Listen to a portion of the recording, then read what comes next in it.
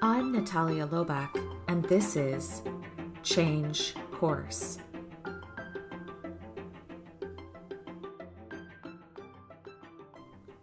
Change has taken something from us, and we want it back. I'm recording this on February 10th, 2022. And for those of you who are listening in February, you have a sense of what's happening right now in the world. For those of you who might find this podcast later, let me paint a picture. So in Canada, there have been escalating protests around anti-vaccine, anti-restriction, anti-lockdown, and they are continuing and escalating and inspiring protests around the world. And what I hear in the messages that are coming through is change has taken something from us and we want it back. So the pandemic is a change that happened to us. We didn't have control over a virus. We still don't. And we've been living at the mercy of nature for the past 2 years.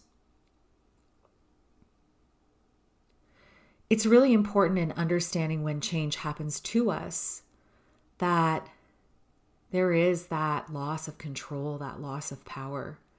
And while some of us may understand that control is really an illusion, being human involves feeling like we're in control of our lives, like we're in control of our destiny. Losing control can be a very dehumanizing experience. And so when we're embarking on an intentional change journey, there is a danger here. We really need at the beginning to understand who is going to be affected by that change and how, and what their response might be. So a tool that I use is called change impact assessment. And I pair this with a deep stakeholder investigation and stakeholder assessment when I am starting on any change journey. And even in cases like this, where a crisis prompts the change unexpectedly, this is still a really important exercise as we start leading through that change and into recovery. So it's really, really important to understand where stakeholders are coming from and how we think that they might respond to change. And this is a very powerful tool because it helps us access empathy, and it helps us access that understanding of why people may be feeling the way that they're feeling. And in order to move through change, it's really important to be able to access this in order to help people move through their own emotional journey in change. The other piece that's really important is understanding power dynamics. And so part of what is happening in the world right now also has to do with power. And interestingly, in any change, there is a shift in power. One of the things that I do and advocate for is understanding the power dynamics before going into any change. Because in change, there are going to be people affected either by gaining or by losing power. And when people lose power, this is where that resistance can start to manifest. And you start to see the manifestation of those emotional responses to loss. And we've talked about the 5 stages of loss in a previous episode. Those emotions start to manifest.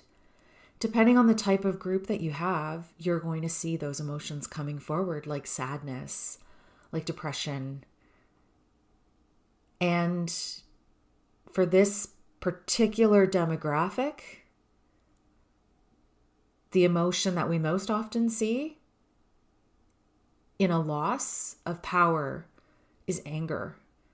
And so that is the reason why we're seeing this response manifest in anger.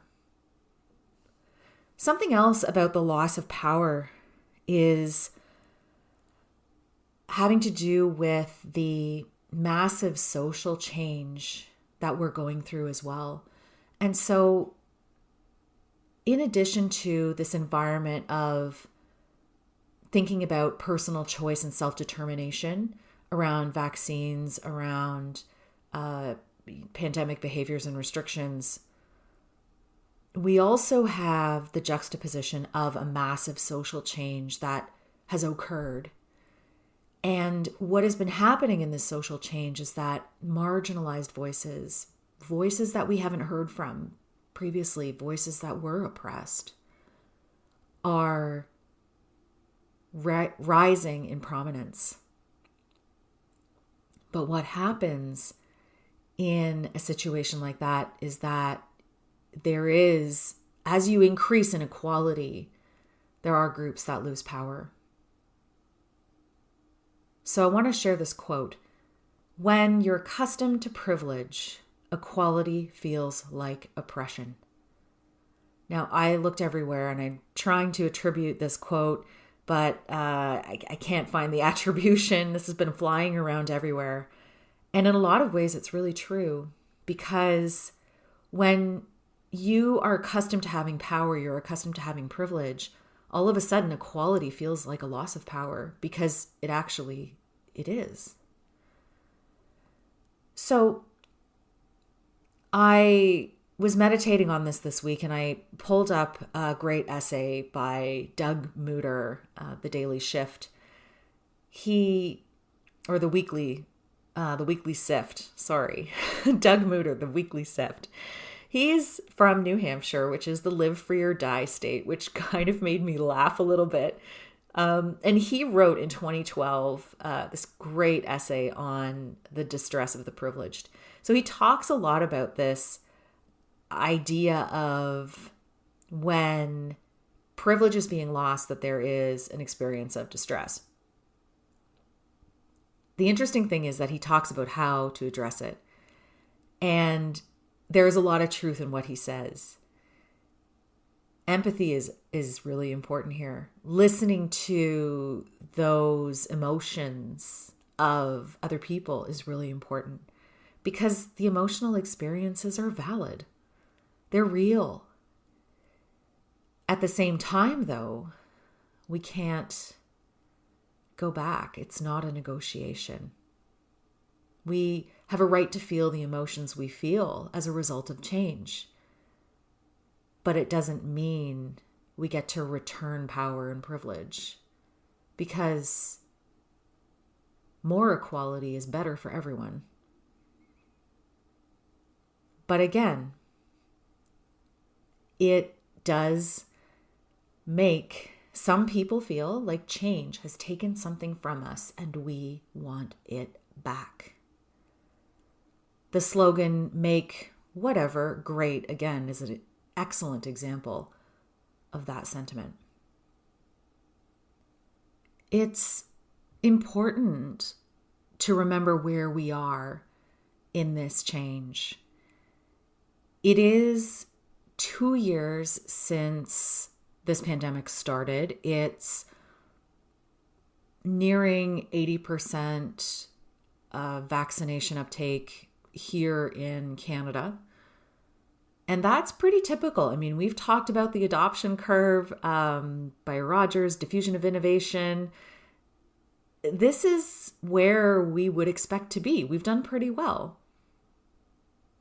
But there's always going to be that 5% of resistors, the 5% and maybe 10% that do not adopt the change.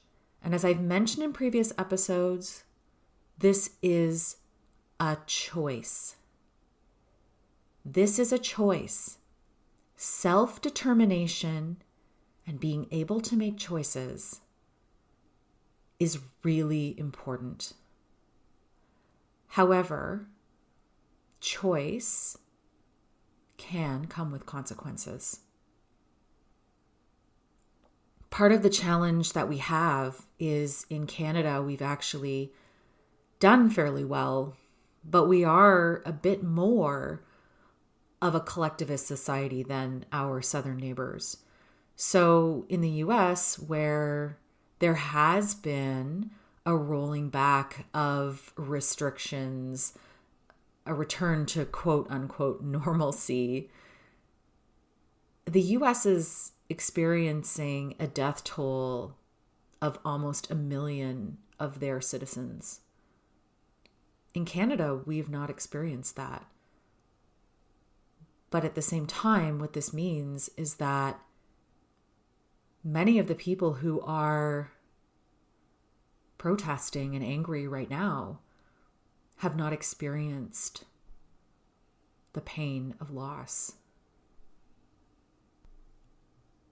So to them, it's really not something that they feel like they need to be afraid of. That's not the fear that's driving their anger. And as frustrating and as angry as this can make some of us feel, those of us who have felt that sting of loss, those of us who have tried to protect extremely vulnerable people during this time, as angry as it can make us to have somebody not understand us, we need to try to understand their fear, because understanding and hearing somebody's fear is actually the most humanizing thing that we can do. I hope that this was helpful this week. If you liked what you heard, I invite you to like, review, share, and subscribe to the Change Course podcast. It helps others find us. And you can find all of our show notes on our website, www.charthouse.ca. Look for the Change Course podcast. And while you're visiting us, sign up for the Change Navigator newsletter. And you can keep on top of all things change, what we're working on, and our latest research. I hope this was helpful, and remember, it's never too late to change course.